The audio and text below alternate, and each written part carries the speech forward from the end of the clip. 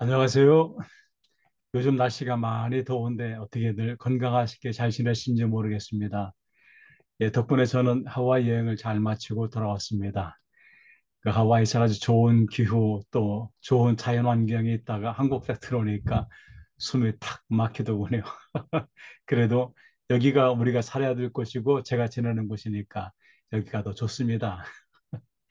예, 오늘 시부가 유다서 해설인데 우리 교재의 마지막 장입니다. 마지막 과입니다.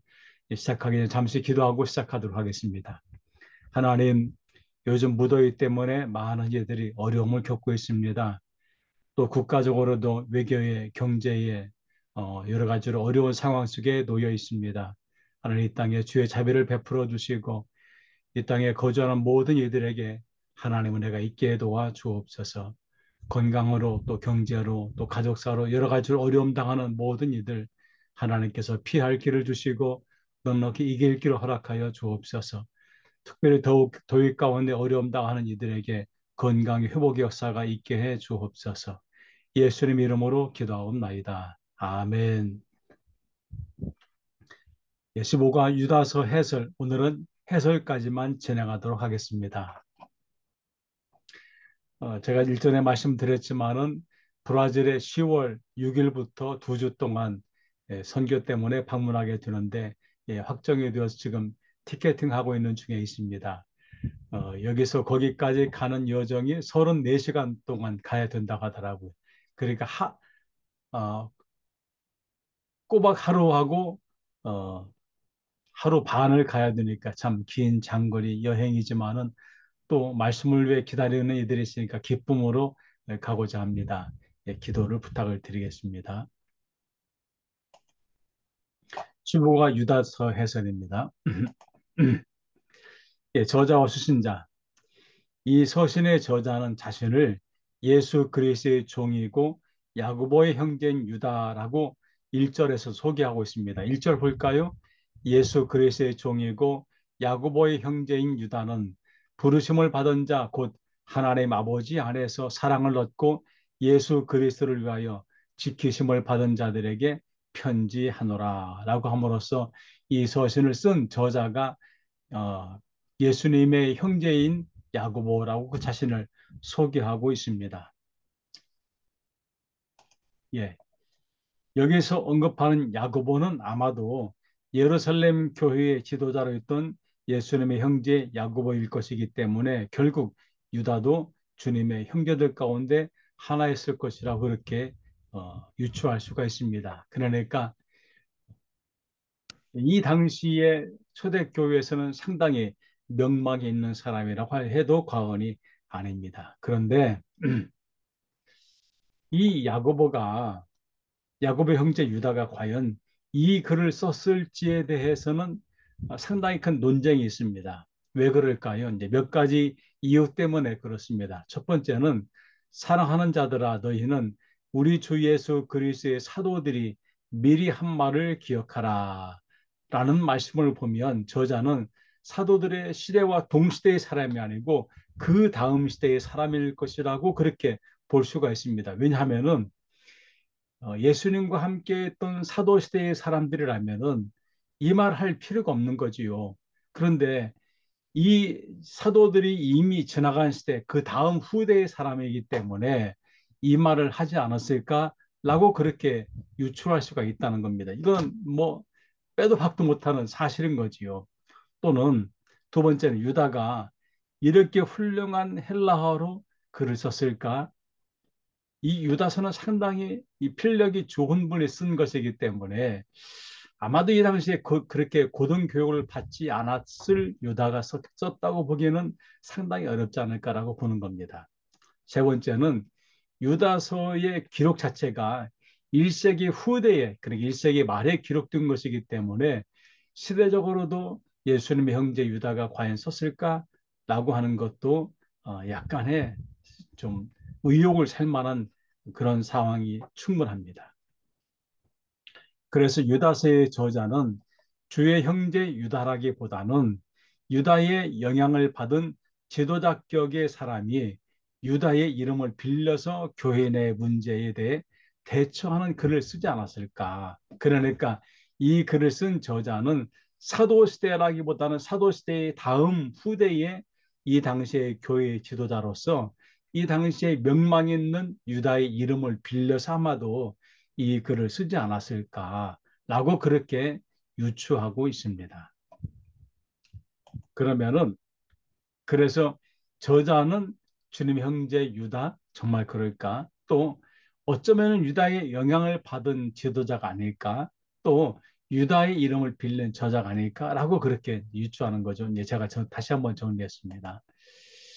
그러면은 이 글의 수신자는 부르심을 받은 자들 곧 하나님 아버지 안에서 사랑을 받고 예수 그리스도 안에서 보호를 받는 이들로 언급하고 있습니다. 그러니까 이 글의 수신자가 부르심 받은 이미 기독교인이 된 사람들, 하나님 안에서 사랑받는 자들, 이 사람들은 유대인들, 예수 그리스도 안에서 보호받는 자들, 이 수신자의 이 말씀을 종합해 보면은 이 글을 받는 수신자가 누구일까를 우리가 알 수가 있습니다. 그래서 유다서의 수신자의 특징은 일반적인 대상으로 교회 일반 또는 기독교인 전체를 말할 수가 있지만은 그런데 이 유다서의 글 자체, 유다서를 받는 사람을 특정해 보면은 어느 한 군데로 이 전체적인 내용이 수신자를 유추하시는 내용들이 이제 같이 모아집니다. 어떤 것일까? 6번에 보니까 그러나 이 글에서 이스라엘 백성의 출애굽, 미가엘, 가일, 발람, 고라와 같은 구약 인물들이 9절과 11절에 언급되는 것과 저자가 쿰란 도서관에 속한 유대 묵시록 에녹 일서를 14절에서 또 14절에 15절에서 인용하고 있는 것으로 보아서 이 서신은 유대인 기독교인들에게 집중하고 있는 것으로 보입니다. 즉 그 말은 앞에서 4번 또는 6번 제가 이제 쓴 이 글을 종합해 보면은 유다서를 받는 사람은 이미 그리스도를 구주로 믿고 하나님을 이미 알고 있는 유대인 기독교인들이 아마도 이 서신의 수신자일 것이다 라고 그렇게 보고 있는 것입니다. 여기 고라가 어떤 사람일까요? 예, 고라는 민수기 16장에 보면은 이 고라 자손의 이야기가 등장합니다. 이 고라는 레위 지파 고핫 자손으로 회막에서 봉사하는 특권을 지녔지만은 제사장직에 대한 질투심을 갖고 있습니다. 그래서 다단과 아브람 그리고 온과 함께 지도자 그룹을 형성해서 모세와 아론의 지도력에 공개적으로 도전을 하게 됩니다. 이때 총 250명의 유명한 회중의 지도자들이 이 반역에 동참하는데 이 내용은 민수기 16장 1절과 2절에 나오고 있습니다. 그럼 이들은 뭘 반역했는가? 고라와 그의 무리는 모세와 아론을 향해서 이렇게 말합니다. 16장 3절에 모세와 아론을 거슬러 그들에게 이르되 너희가 분수에 지나도다. 회중이 다 각각 거룩하고 여호와께서도 그들 중에 계시거늘 너희가 어찌하여 여호와의 총의 위에 스스로 높이느냐 해서 모세를 깎아내립니다. 그들은 모든 회중이 거룩하다며 모세와 아론의 영적 권위가 정당하지 않다고 주장합니다. 이는 곧 하나님이 세우신 지도자 모세에 대한 도전입니다. 이때 모세가 어떻게 대응하느냐? 모세가 심히 노해서 엎드려 기도하고 하나님의 판단을 구합니다.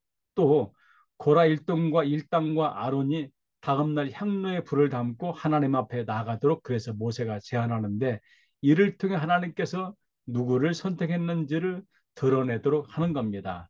하나님은 심판하시지요. 고라, 다단, 아비람 땅이 갈라져서 삼켜집니다. 250명의 향로를 든 사람들 하나님의 불이 나와서 그들을 삼키게 됩니다. 그리고 다음날 회중이 모세와 아론을 원망하자 하나님은 전염병으로 심판하게 되고 그래서 결국에는 이것이 멈추게 되는 이야기가 민수기 16장에 등장합니다. 즉 지금 이 유다서는 이렇게 구약의 사건들을 아주 잘 알고 있는 사람들에게 이 글을 쓰고 있다. 유대인들이죠. 또 이 글을 수신하는 받는 사람들은 기독교인이죠. 그래서 전체적으로 유다서를 받는 수신자는 유대인, 기독교인. 지금 말로 한다면은 예수 그리스도를 믿고 성경의 내용을 잘 아는 사람들, 즉 이미 기독교인이 된 사람들을 대상으로 이 글이 써졌다라고 해도 과언이 아닙니다. 또 유다서 14절 15절은 에녹서를 인용한 것인데 에녹의 묵시록은 성경 외경에 해당되고 또 고대 유대교의 종말론적인 문서입니다. 이게 히브리 성경에는 포함되어 있지 않지만은 에디오피아 정교회에서는 정경으로 받아들이고 있는 그런 책입니다. 간단히 에녹서를 말한다면은 전통적으로 창세기 에녹, 그 아담의 칠대손이고 무드살라의 아버지로 있는 에녹으로 알려져 있지만 실제로는 여러 저자에 의해서 기원전 3세기부터 기원 후 1세기에 쓰여진 것으로 그렇게 추정합니다. 언어는 주로 아람어이고 총 5부로 구성되어 있는 그런 책이 이 에녹서입니다. 그러니까 유다서는 이 에녹서를 인용해서 글을 썼다는 것이죠. 그만큼 유다서는 이 구약의 전통을 잘 아는 사람이 썼다는 것을 지금 이야기해 주는 겁니다. 그래서 유다서를 보면은 가인의 길, 발람의 걸었던 교훈, 고라의 폐역 이런 것들은 이 구약의 성경을 잘 아는 내용이 여기에 담겨져 있습니다. 자, 여기 잠깐 제가 퀴즈를 하나 드립니다. 유다서에서 언급하지 않는 인물은 누구일까요? 자, 모세, 발람, 가인, 미가엘, 고라, 요셉. 자, 이 중에 유다서에서 언급하지 않는 인물이 딱 한 명 있습니다. 한번 찾아보시기 바랍니다. 유다서를 꼼꼼하게 읽어봐야 되겠지요. 이 유다서의 배경은 1세기 말에 기록된 것이고 이 유다서의 수신자는 유대 기독교 공동체이고 그리고 유다서를 기록하는 목적은 이단을 경계하기 위해서 즉 하나님을 잘 믿고 그리스도를 잘 믿는 유대인 기독교인들에게 이단 다른 교훈에 대해서 철저하게 좀 경계를 하기 위한 목적으로 이 서신을 썼다는 것입니다. 그러면은 유다서의 문학적 특징과 기록 목적은 무엇일까요? 우리 교재 페이지 186쪽입니다. 유다서는 서신 형태로 되어 있습니다. 우리가 딱 1장 1절 서들을 보면은 예수 그리스도의 종이고 야곱의 형제인 유다라고 자신을 밝히면서 이 서신을 좀 쓰고 있습니다. 그리고 수신자는 누구를 수신자로 밝히느냐? 수신자는 부르심을 받은 자, 곧 하나님 아버지 안에서 사랑을 얻고 예수 그리스도를 위하여 지키심을 받은 자들에게 보낸 것이라고 언급하고 있습니다. 거기 유다서 1절, 2절을 제가 읽어보겠습니다. 예수 그리스도의 종이고 야고보의 형제인 유다는 부르심을 받은 자 곧 하나님 아버지 안에서 사랑을 얻고 예수 그리스도를 위하여 지키심을 받은 자들에게 편지하노라. 긍휼과 평강과 사랑이 너희에게 더욱 많을지어다. 이렇게 1절에서는 기록자를 말하고 있고 또 수신자를 말하면서 그리고 긍휼과 평강과 사랑이라는 인사를 하고 있습니다. 이게 뭐냐면은 서신의 하나의 형태이지요. 그러니까 유다서는 서신의 형태를 갖고 있습니다. 그런데 정말로 이것이 서신일까? 마무리에 보면은 마지막 부분에 작별 인사와 축복이 없습니다. 그러니까 서신은 처음에 인사가 있던 마무리도 인사했는데 이 유다서는 그게 없습니다. 그리고 찬양의 노래로 끝나고 있습니다. 24절, 25절 봅니다. 능히 너희를 보호하사 거침이 없게 하시고 너희로 그 영광 앞에 흠이 없이 기쁨으로 서게 하실 이 곧 우리 구주 홀로 하나이신 하나님께 우리 주 예수 그리스도로 말미암아 영광과 위엄과 권력과 권세가 영원 전부터 이제와 영원토록 있을지어다. 아멘. 이렇게 끝납니다. 그러니까 작별 인사가 없이 하나님을 향한 찬양의 노래로 끝나는 걸 보니까 이것은 완벽한 서신의 형태는 아니다라고 그렇게 알 수가 있습니다. 그러면은 이 편지의 특징은 무엇일까요? 즉 유다서의 특징은 무엇일까요? 이것은 구체적인 개교회에 보낸 것은 아니라고 할 수가 있습니다. 오히려 이것은 이 당시의 초대교회의 유대인 기독교 공동체에게, 즉 하나님을 이미 잘 알고 예수님을 이미 잘 믿고 있는 기독교 공동체에게 보낸 것이다. 그래서 개인적인 강조점이 없고 이 서신 전체가 논쟁적인 훈계나 오히려 설교에 더 가까운 내용이 이 안에 담지해 있다고 할 수가 있습니다. 그러니까 이 서신은 오늘날 예수님을 잘 믿는 사람들에게 꼭 필요한 말씀이 이 안에 담겨져 있다고 해도 과언이 아닙니다. 일곱 번째, 유다서가 논쟁을 벌이는 이단자들은 방종한 영지주의자들이었다고 할 수가 있습니다. 그래서 19절 보면은 이 사람들은 분열을 일으키는 자며 육에 속한 자며 성령이 없는 자니라. 즉, 이 19절의 내용을 보면은 이들은 영지주의자들이라고 그렇게 할 수가 있습니다. 그러면은 육에 속한 자, 곧 이들은 영지주의자들이 사용하는 전문 용어입니다. 즉, 19절에 정말로 영지주의자들을 말하는 것일까? 이 당시에 영지주의자들의 특징이 있습니다. 이들은 육에 속한 자, 이것이 그들이 사용하는 전문 용어, 그리고 육적인 인간과 영적인 인간들을 이렇게 나누고 있습니다. 그리고 자신들은 영적인 인간으로 그렇게 간주하는 사람들. 그리고 자기들 외에는 다 타락한 인간들, 이렇게 말하는 것이지요. 그리고 이들은 자신들의 천사들의 능력을 능가한다고 그렇게 생각을 했습니다. 그래서 8절부터 10절에 보면은 유다서에 이렇게 기록되어 있는데, 그러한데 꿈꾸는 이 사람들도 그와 같이 육체를 더럽히며 권유를 업신여기며 영광을 비방하는도다. 천사장 미가엘이 모세의 시체에 관하여 마귀와 다투어 변론할 때에 감히 비방하는 판결을 내리지 못하고 다만 말하되 주께서 너를 꾸짖으기를 원하노라 하였거늘 이 사람들은 무엇이든지 그 알지 못하는 것을 비방하는도다. 또 그들은 이성 없는 짐승같이 본능으로 아는 그것으로 멸망하느니라. 이렇게 유다서는 영지주의자들에게 어떤 일이 벌어질지, 어떤 이들이 얼마나 패망의 길로 갈지를 이렇게 말하고 있는 것입니다. 그래서 이 영지주의자들은 자유주의적인 이 당시의 방탕아들, 그러니까 이들은 타락한 자들이고 멸망할 자들이란 얘기를 이 유다서가 분명히 말해주고 있습니다. 그리고 이 영지주의자들은 어떤 자들이냐?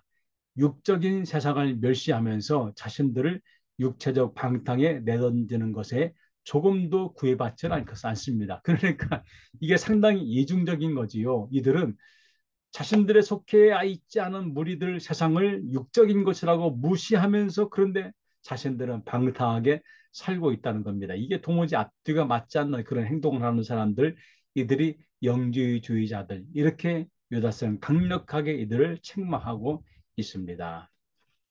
거기 성경 12절 13절 볼까요? 그러한데 꿈꾸는 이 사람들도 그와 같이 육체를 더럽히며 권유를 업신여기며 영광을 비방하는도다. 그들은 기탄 없이 너희와 함께 묵으니 너희 애찬의 암초요 자기 몸만 기르는 목자요 바람에 불려가는 물 없는 구름이요 죽고 또 죽어 뿌리까지 뽑힌 열매 없는 가을 나무요 자기 수치의 거품을 뿜는 바다의 거친 물결이요 영원히 예비된 캄캄한 흑암으로 돌아갈 유리하는 별들이라. 즉, 이 말씀을 가만히 살펴보면은 이 당시에 기독교 공동체에 가장 큰 영향력을 준 이 잘못된 교훈은 영지주의라고 할 수가 있습니다. 이 영지주의에 대한 어떤 경계심을 주기 위해서 이 말씀을 주는데, 이만큼 이 유다서의 저자가 철저하게 영지주의를 지금 경계하고 선을 긋고 있고 그들이 어떤 멸망을 받을지 어떻게 패망할지를 지금 말해주고 있는 것입니다. 그래서 교회를 위협하는 불경건한 자들은 교회를 침투하고 교훈을 왜곡하고 신앙을 위협합니다. 사실 우리 한국 사회에도 이 이단 사이비 종교 때문에 얼마나 많은 혼란을 겪고 있습니까? 심지어 교회에도 이런 혼란을 겪도록 이렇게 이단 사설 또는 잘못된 교훈들이 들어와서 교회를 어지럽히는 일들이 종종 있습니다. 그러니까 우리가 이러한 것에 좀 분명한 경계가 필요하다.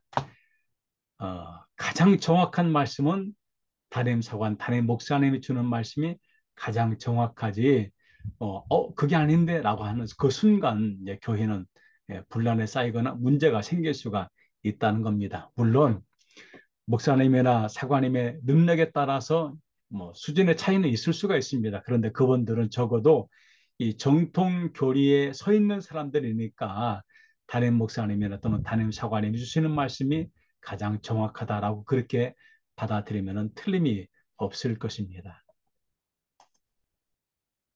그래서 유다서는 어떤 경고를 주고 있습니까? 이런 상황에서 유다서는 이단 교사를 퍼뜨리는 거짓 교사들을 공격하면서 독자들에게 믿음 가운데 견고하게 서도록 하는 것이 이 서신의 목적입니다. 그렇게 유다서는 어떤 목적으로 쓰여졌을까요?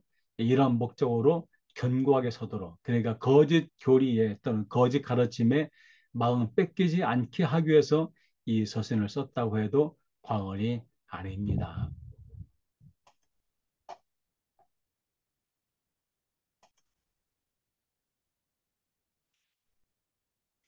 유다서를 강단에서 그 교회의 주일 예배나 또는 교회에서 유다서를 갖고 설교를 들은 적은 아마 상당히 드물 겁니다. 왜냐하면 이 서신 자체가 짧고 이 또 내용들이 이단 사설, 그러니까 기독교인들에게 삶의 교훈을 주는 어떤 윤리적인 내용이나 어떤 신앙적인 내용보다는 이단 사설이나 잘못된 이 교훈의 경계를 긋는 목적으로 쓰여진 것이기 때문에 주일 설교나 또는 교회에서 강단에서 이 말씀, 유다서의 말씀을 듣기는 쉽지 않을 거라고 생각을 합니다. 그렇지만 우리가 이 말씀을 꼼꼼하게 읽어야 하는 이유가 무엇일까요? 그것은 요즘 우리가 얼마나 많은 정보가 공유가 되고 있습니까? 심지어 어떤 때 제가 유튜브를 보면은 사이비 종교에서 나누는 이 성경의 강의가 아주 그럴듯합니다. 그런데 틀립니다.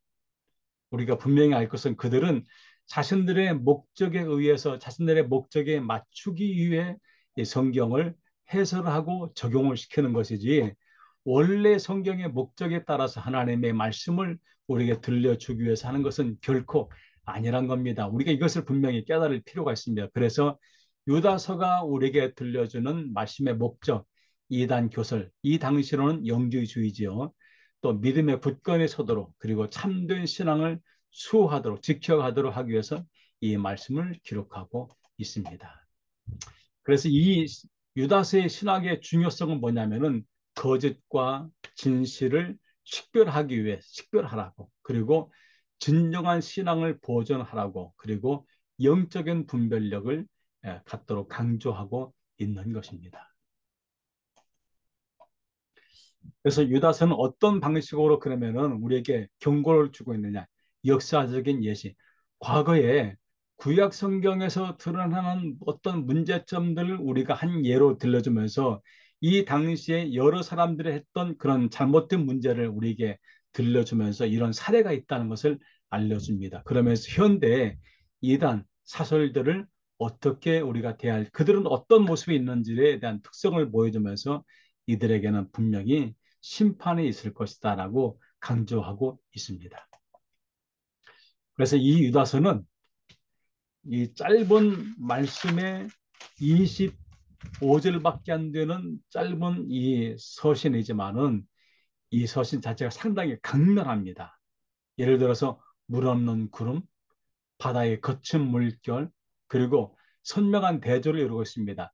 참된 신앙과 거짓 신앙에 대한 대조, 이런 것들이 유다서의 문체적이고, 그래서 이 유다서의 문체를 꼼꼼히 살펴보면 과연 고등교육을 받지 않은 예수님의 형제, 야고보의 형제 유다가 기록했을까라고에 대해서는 의구심을 갖게 하는 것입니다. 그래서 유다서는 출애굽 시대나 또는 타락한 천사들 소돔과 고모라 이런 구약의 어떤 사례들을 우리에게 들려주고 있습니다. 또 유다서는 앞서서 제가 베드로후서를 말씀드릴 때 잠깐 드린 얘기지만은 유다서와 베드로후서는 상당히 유사관계에 있습니다. 내용과 표현이 많은 부분이 공유하고 있고, 예, 그런데 이제 강조점은 약간 차이가 있지만은 상당 부분은 공유하고 있다는 것을 알 수가 있습니다. 그럼 유다서는 언제 어디에서 기록을 했을까요? 유다서는 언제 어디에서 기록했을까요? 유다서의 추정 기록 시기는 약 90년경으로 그렇게 보고 있습니다. 유다서의 기록 시기에 대한 단서입니다. 유다서의 기록 시기를 보면은 크게 세 가지를 통해서 아하, 이 유다서가 언제쯤 기록되었을 것이다라고 유추할 수가 있습니다. 첫 번째는 신앙의 전통을 암시하는데 3절에서 전해진 믿음 곧 신앙의 전통을 암시하는 점. 이것은 신앙의 전통, 누구의 신앙? 사도들의 신앙의 전통. 그러니까 이 유다서를 기록할 시기는 이미 사도 시대가 약간 지난 시대라고 우리가 이해할 수가 있습니다. 그리고 17절에서 사도들을 회고하는 것, 즉 사도의 시대가 지금 지났다는 이야기입니다. 그리고 영지주의를 강조한다. 이 영지주의는 1세기 말에 널리 퍼져 있는 이 당시의 철학입니다. 그래서 영지주의를 언급한 것을 보면은 이게 1세기 말쯤 기록된 것이 분명하다는 것을 알 수가 있지요.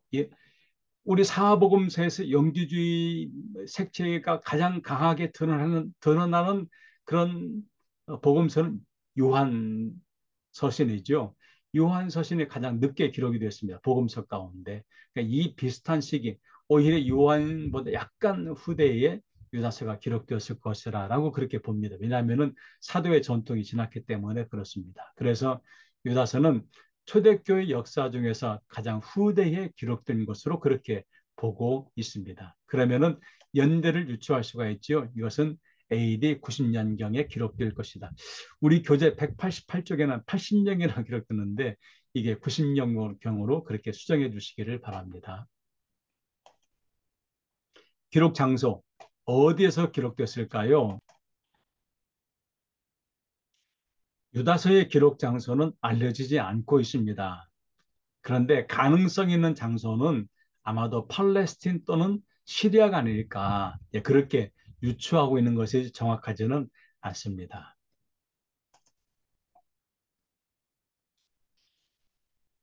유다서의 교훈은 무엇일까요? 앞에서 이미 강조한 대로 거짓 가르침, 이 당시로는 영지주의, 요즘으로는 사이비 종교 또는 이단 사설, 비슷한 것 같지만은 같지는 않습니다. 비슷한 것이 같은 것은 아니죠. 그것은 그래서 우리가 사이비라고 하는 이유가 비슷한 것 같은데 같지는 않다. 그 말입니다. 그리고 참된 신앙을 지키기. 가끔은 종교다원주의자들이 하는 얘기가 있습니다. 길은 여러 갈래고 도다른 때만 같으면 되지. 길은 얼마든지 여러 갈래가 될 수 있지 않냐. 그런데 그렇지 않습니다. 신앙은 오직 예수 그리스도, 복음, 말씀 하나가 분명합니다. 다른 여러 가지의 갈래, 그것은 사이비, 사설에 해당이 되는 것이죠. 그래서 우리가 신앙을 지키기 위해서는 분명한 노선을 우리가 확고하게 지켜갈 필요가 있습니다. 그리고 하나님의 사랑 안에 거하자. 그래서 유다에서의 메시지는 무엇이냐? 사랑하는 자들아 너희는 너희의 지극히 거룩한 믿음에 자신을 세워라. 그래서 믿음을 지키고 거짓을 분별하는 이러한 믿음의 결단 또는 길 이것이 필요하다는 이야기입니다. 이게 우리가 이제 공부 좋아하는 사람이 어디에 있겠습니까? 그런데 우리가 성경 말씀은 공부해야 합니다. 왜 해야 되냐? 이것은 우리의 영혼, 우리의 삶에 달려있기 때문에 그렇습니다. 물론 뭐 여러 가지 공부가 필요하죠. 그런데 하나님의 말씀 우리가 공부하는 것은 우리에게 영생에 달려있기 때문에 그렇습니다. 이걸 잘못된 길로 가게 되면 우리 영생이 망쳐지는 겁니다. 우리 영원한 생명의 삶 이것을 우리가 이 말씀을 굳건히 서고 이 말씀을 잘 깨달아서 우리의 삶이 흔들리지 않도록 나가는 우리 모두가 되기를 바랍니다. 예.